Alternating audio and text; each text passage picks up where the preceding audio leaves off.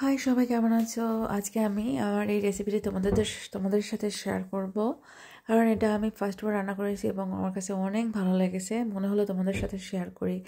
এর জন্য আমি পুঁটি মাছগুলোকে ভালোভাবে ধুয়ে পরিষ্কার করে নিয়েছি। তারপর আমি একটা টমেটো এভাবে চপড করে নিয়েছি, বড়টা এভাবে বড় বড় করে কেটে নিয়েছি। তারপর একটা বড় সাইজের পেঁয়াজ এভাবে বড় করে কেটে নিয়েছি, আবারও সাথে কোয়া নিয়েছি এবং আদা দিয়ে এভাবে একসাথে ভাজি করে নিচ্ছি।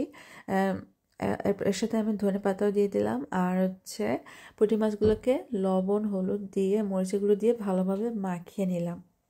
তারপর যেটা করেছি এটা কিন্তু খেতে খুব ভালোই লেগেছে। এরপরে আমি একটু জিরা বা কালো জিরা ফোড়ন দিয়ে নিলাম। তারপর ওই যে পেঁয়াজ, তারপর টমেটো, ধনেপাতা, আদা, রসুনগুলোকে পেস্ট করে নিয়েছি, এখন এর ভিতরে দিয়ে দিলাম।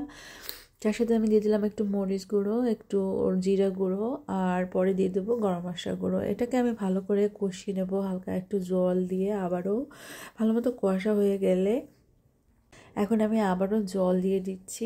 ঝোল অনুযায়ী আমি এখানে পরিমাণ মতো জল দিয়ে নিলাম। এবার এখানে একটু লবণ দিয়ে নিলাম স্বাদ অনুযায়ী, আর সাথে গরম মশলাটা দিয়ে দিলাম। এখন এটাকে বলক আসলে আমি এখানে মাছগুলো দিয়ে দেবো, আগে থেকে ভেজে রাখা পুঁটি মাছগুলো।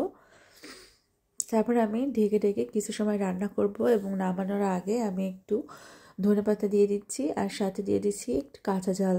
এটা খেলে কিন্তু খুবই দারুণ লাগে, খুবই মজা লেগেছে আমার। তো মনে হলো তোমাদের সাথে শেয়ার করি। তোমরা অবশ্যই বাসায় ট্রাই করো, আর কেমন লাগলো আমাকে অবশ্যই কমেন্টে লিখে জানিও, আর কে কে এভাবে খেয়েছো আগে সেটাও আমাকে জানাইও।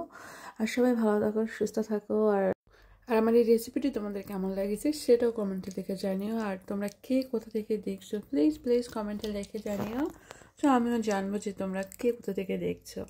সবাই ভালো থাকো, সুস্থ থাকো। আবারও বাই।